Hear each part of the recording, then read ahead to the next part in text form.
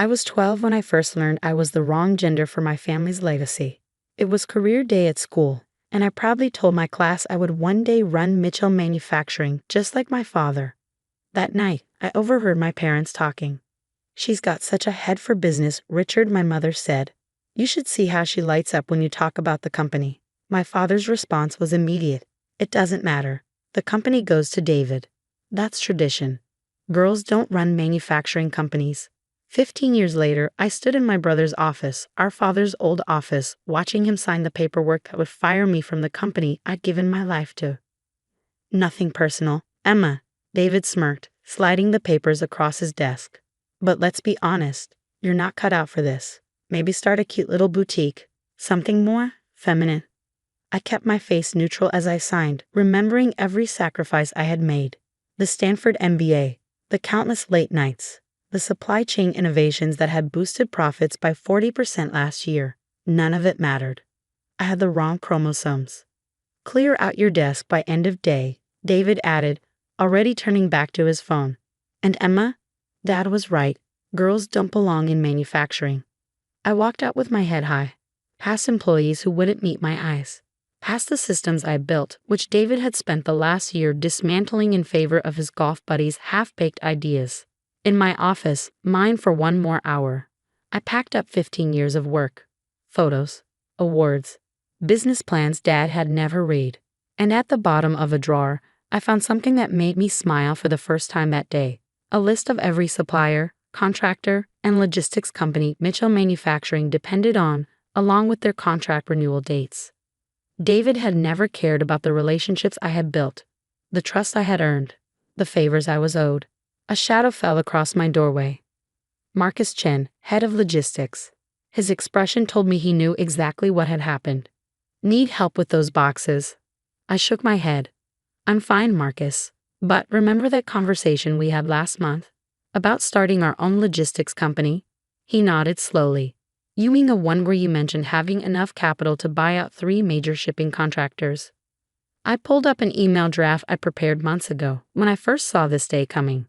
"How would you like to be COO of Summit Logistics? Incorporated last week, fully funded, ready to start operations." His eyes widened as he scanned the business plan. "Emma, this could control the entire regional supply chain. If you got the right contracts. You mean the ones up for renewal? The ones David doesn't even know are expiring?" Understanding dawned on his face. "You've been planning this." "For years," I admitted. "Why fight for a seat at their table when I can build my own?" Over the next 2 hours, more visitors arrived. Sarah from accounting passed over for a promotion in favor of David's friend. James from operations ignored when he warned about quality control issues. One by one, they accepted job offers from Summit Logistics. By the time security arrived to escort me out, my team was in place. My plan was in motion. David called after me from his office. "Goodbye, Emma. Some people just aren't meant for real business." I smiled, knowing it would infuriate him. "Goodbye, David. Give my best to Hansen Shipping. While you still can." The confusion on his face was priceless. That night, I sat in my home office, surrounded by the silly girl thoughts that would soon revolutionize regional logistics. My phone buzzed. Jack Hansen, CEO of Hansen Shipping, confirming our Monday meeting. I looked at the old photo on my desk. Dad standing proudly beside David, his hand on his son's shoulder. Me slightly off to the side, always edge out of the frame. "Girls don't run manufacturing companies," Dad had said. He was right. I wouldn't be running a manufacturing company. I'd be running the entire supply chain they couldn't survive without. Monday morning arrived with a flurry of panicked texts from David. I ignored them, focusing instead on the Hansen Shipping contract spread across my new conference table. "Emma, this is brilliant," Jack Hansen said, reviewing our proposal. "Real-time tracking, optimized routes, consolidated shipping lanes. This could cut costs by 30%. The same proposal I gave Mitchell Manufacturing last quarter," I said, before they dismissed it as overcomplicating things. "Their loss, our gain." Jack signed with a flourish. "Summit Logistics is now our exclusive regional partner." As if on cue, my phone buzzed again. I picked up. "What the hell did you do?" David's voice was shrill. "Hansen just canceled our contract." "Did they? How unfortunate. I heard they signed with some new logistics company. Summit something. You're behind this. Behind what, David? A better business model? Isn't that what you called real business? The stream of profanity that followed was cut short when I hung up. I had more meetings to attend. By Wednesday, we secured 5 more contracts. Thursday, we acquired the region's largest warehousing operation. Friday, we announced our new supply chain management system, the same one David had dismissed months ago. Mitchell Manufacturing stock dropped 15% today. Marcus reported, handing me my afternoon coffee. Investors are panicking over supply chain instability. Just wait until next week, I said. Phase 2 begins Monday. It was beautiful in its simplicity. We didn't just control shipping now, we were about to control raw materials. The contracts I had quietly cultivated over years were all coming due within weeks. David never saw it coming, but he would. Soon. Emergency board meeting, Sarah announced, skimming her tablet. Mitchell Manufacturing is in crisis. Unprecedented supply chain disruptions. Their words, not mine. I could picture it perfectly. David, pacing the office he stole, fumbling for excuses as furious board members demanded answers. He'd blame everyone but himself, never realizing his own arrogance had created his worst nightmare. The next few weeks were a masterclass in strategic dismantling. Every supplier Mitchell Manufacturing approached, we offered a better deal. Every shipping route they tried to secure, we optimized a competing one. Piece by piece, the empire they took for granted crumbled. Then finally, the call I'd been expecting. Emma, my mother's voice was hesitant. We need to talk. I let the silence stretch. About? The company. Which one, Mom? Mitchell Manufacturing or Summit Logistics? Because only one of them is thriving. A pause. Your father, he never meet. Never meant what? I cut in, to dismiss every idea I had, to hand the company to David just because he was a man, to let him run it into the ground while he ignored every warning. More silence. Then softly, the board meeting is tomorrow. David, he's going to lose his position. The shareholders are furious. I almost laughed. Sounds like a personnel issue. Nothing to do with me. Please, Emma, he's your brother. Funny, he wasn't my brother when he was firing me and mocking my business ideas. I hung up, no regret, no second thoughts. But her words lingered, not because I felt any obligation to save David, but because tomorrow's board meeting wouldn't just mark my victory. It would determine whether I settled for winning or claimed total dominance. I picked up my phone. Jack, remember that expansion plan we discussed? Move it up. We announce it at 9 a.m. tomorrow. The next morning, I watched the Mitchell Manufacturing board meeting via video link, an easy arrangement when you control a company's entire communications infrastructure. David looked terrible. His usual crisp suit was wrinkled, his hair unkempt. He stood before the board, floundering as he tried to explain Mitchell's 40% drop in value. We're exploring alternative supply chain options, he stammered, reaching out to new partners. There are no new partners, a board member interrupted. Summit Logistics has locked up the entire regional network. They just announced a $200 million expansion. Face it, David, we're dead in the water. David tugged at his collar. Maybe we could reach out to Summit. Try to negotiate. The boardroom door opened. Oh, now you want to negotiate? Every head turned. I stepped inside, my Summit Logistics ID badge gleaming. Dad half rose from his chair. Emma, what are you doing here? I smiled, representing the only company in this room that actually knows how to run a business. David's face darkened. You planned this. You sabotaged us. I shook my head. No, David. I built something better. Something you could have had, if you hadn't been so convinced that girls don't belong in business. I laid out my offer. Fair, more than fair, really. Summit would absorb all employees, preserve the Mitchell name on key product lines, and ensure the company's legacy continued. Just not under David. All in favor? The board chairman asked. The vote was unanimous. Even Dad, looking resigned, raised his hand. David lurched to his feet. This isn't right. Dad, tell them. Dad's voice was heavy. It's over, son.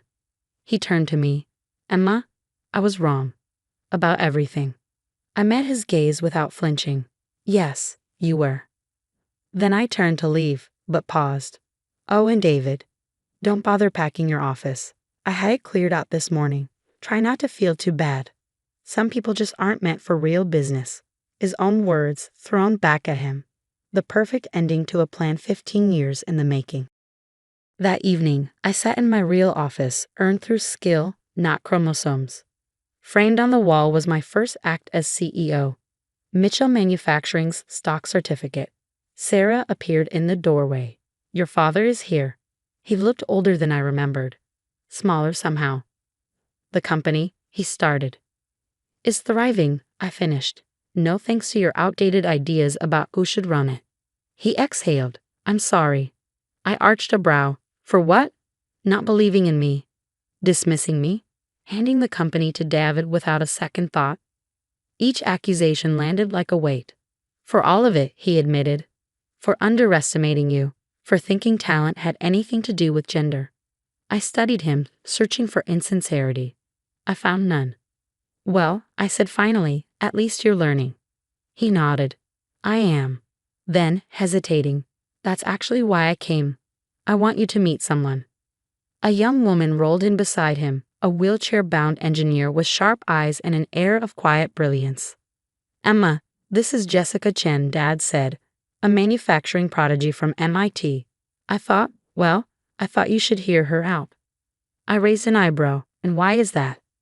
He actually blushed, because when I saw her proposals, I realized something.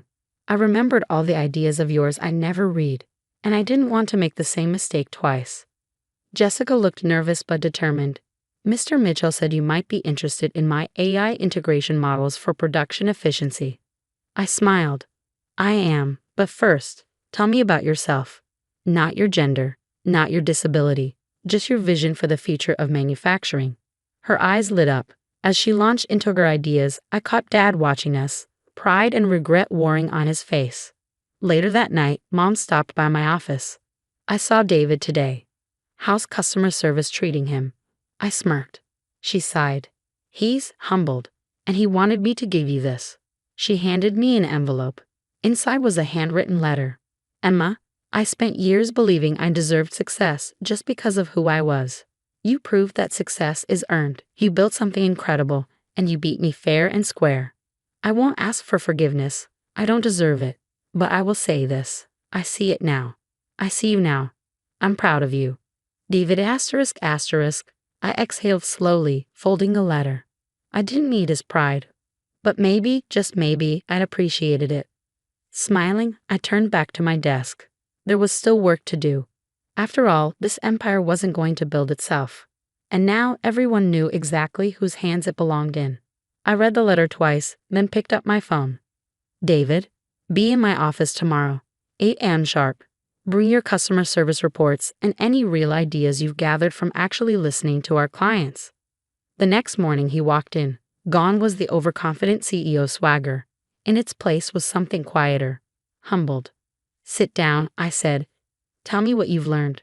For the next hour, David laid out a detailed analysis of customer complaints, supply chain inefficiencies, and possible solutions. He hadn't just done the work, he'd understood it. Not bad, I said when he finished.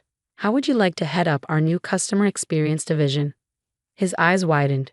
You trust me with that. Trust is earned, just like leadership. Just like respect. That's how this company works now. And it did.